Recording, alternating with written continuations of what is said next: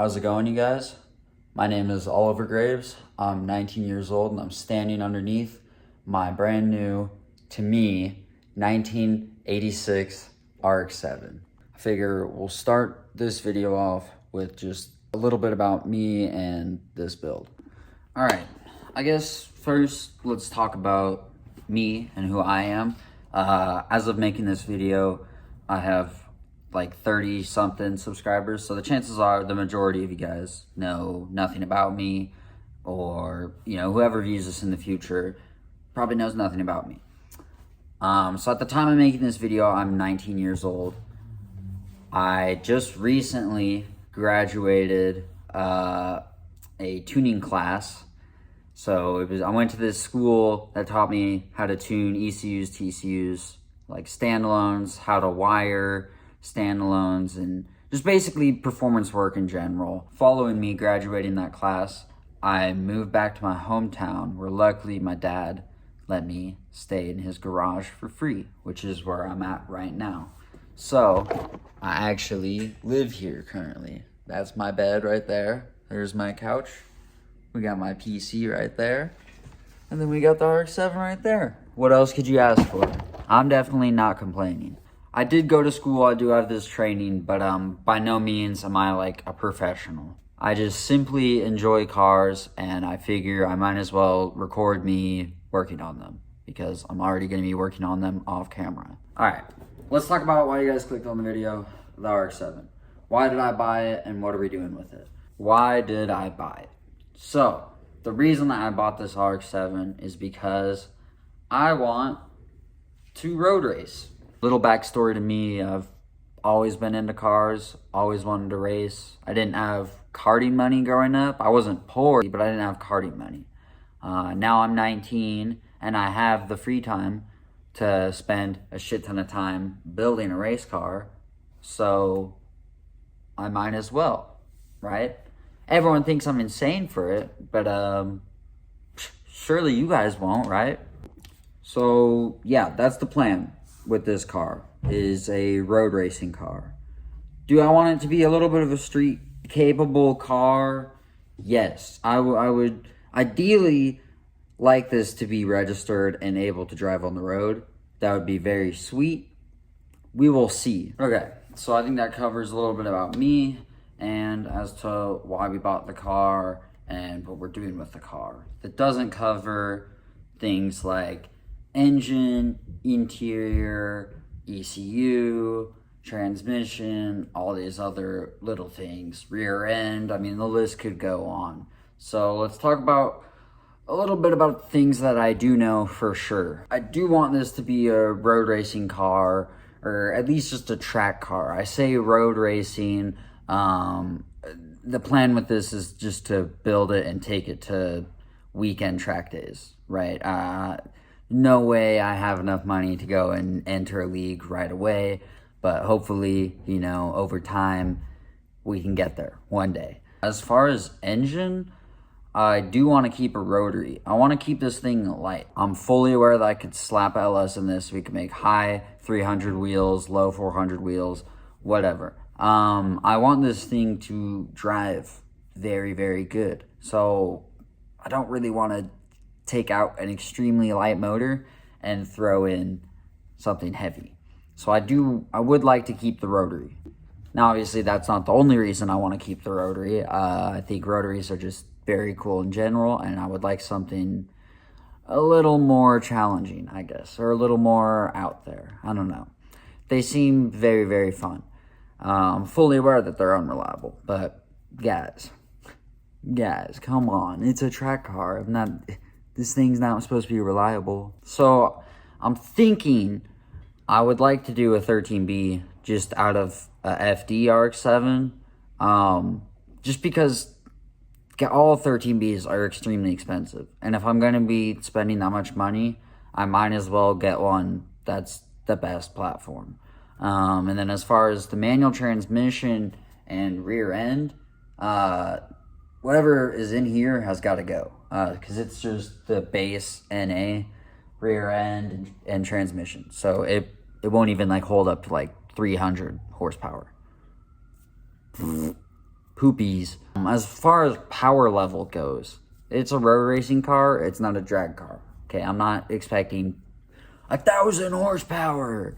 I would be perfectly fine with like 350 horsepower, 400 horsepower. Like that'd be pretty crazy. I'm not really looking for like an insane amount of power right out the gate, right? This thing has no motor. If I get this thing running with a motor, that's going to be extremely cool to me. So, power goals aren't very insane for now, right? Right now, the step is we got to get a motor, we got to get this thing painted, and we got to get it running. And we're very, very far from all of that. And that brings us to the next caveat, budget. What is the budget for this car?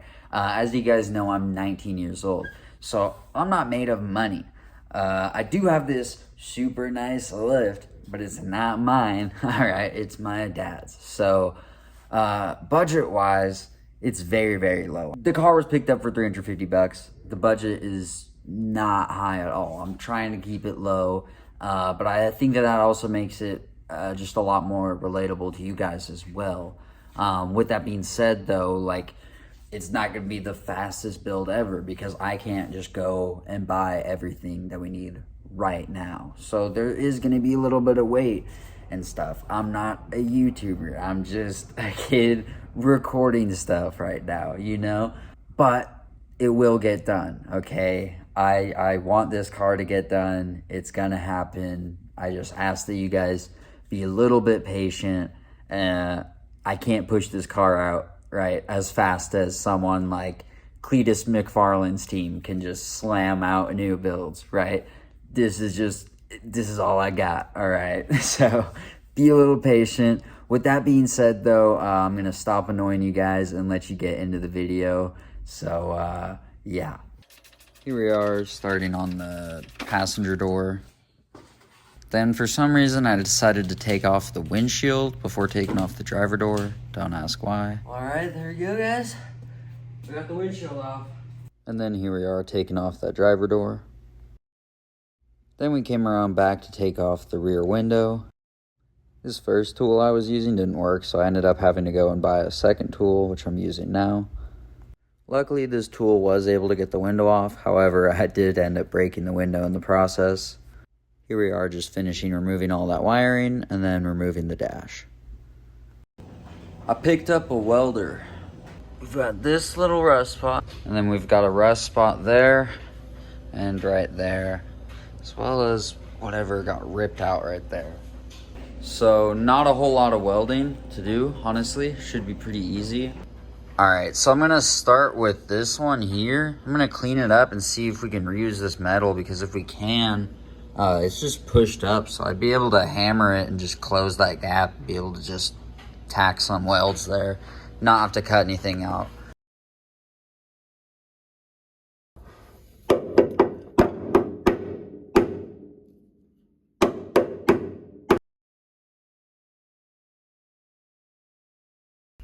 Alright, so as you guys can see, I was able to close up that gap just by hammering it down.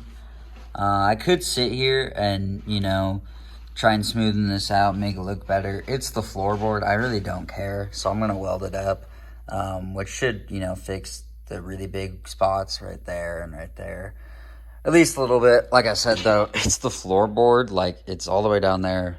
I don't really care that much. Alright, guys, it's a couple days later. I can't even lie to you. I'm not the best welder, and I figured that out. What I mean by that is I had to re-weld the first original rust spot like a good 5 times. You guys take a look at this. This is how we're just gonna leave it, and we're just gonna Bondo it. You know what? It's smooth enough for a floorboard. All right. Who's gonna care? Because me, I don't really care. The expectation shouldn't be extremely high on the $350 RX-7 build made by a 19-year-old in a garage. Okay, down here to the back, we got another hole here. I'm just gonna fill this. I'm not gonna cut it out. I don't really care. It's not structural. Same with over here. All right, So you can see I got the piece of metal there held up by a magnet. So let's get this thing tacked. A lot better than what I had before. So I'm a lot more like comfortable with this.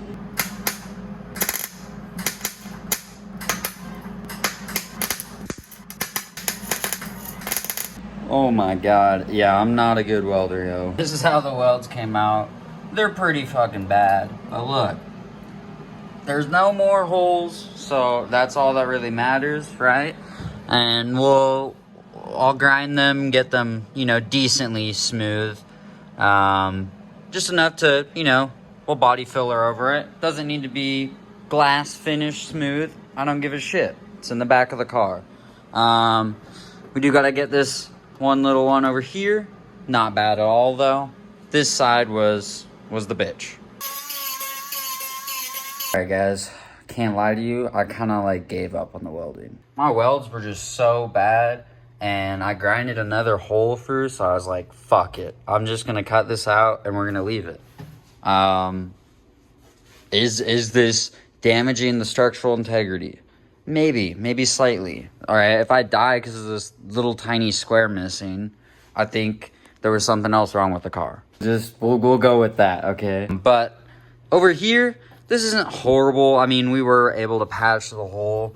It's not the smoothest, but with some little body filler, it won't be horrible. Same with over here. So yeah, we're gonna call this good for up here on the top. I just got to get it up on that lift now. So I'll cut to me figuring out how to do that. I got to find someone to help me push it out of the garage and then back into the garage over there. All right. As you guys can see, I got the car moved. I didn't record me moving it. Tomorrow, I actually have a tripod coming. So the filming will be a little bit better. All right. So originally, I was gonna reinforce these pinch welds after I straighten them out. They're decently straight. My whole plan with reinforcing them was so that when I jack the car back up by the pinch welds, they wouldn't just bend. But as you guys can see, the car is on the lift and it's not on the pinch welds. So I'm not gonna use these pinch welds, so it's all good. So with that being said, that's gonna wrap up today's video because we're done with welding. That was gonna be the last thing I was gonna weld. It's gonna be these pinch welds, and I don't care to weld them. So stay tuned for the next video. Next video, we're gonna be stripping everything off the bottom of the car and maybe including prepping the car for paint, just the bottom of the car. If not, I'll do a separate video of prepping and painting the bottom of the car. If you guys enjoy this build and want to see more, make sure to like, follow, and subscribe. It means a lot to me. I appreciate all the support that I can get. I will see you guys later.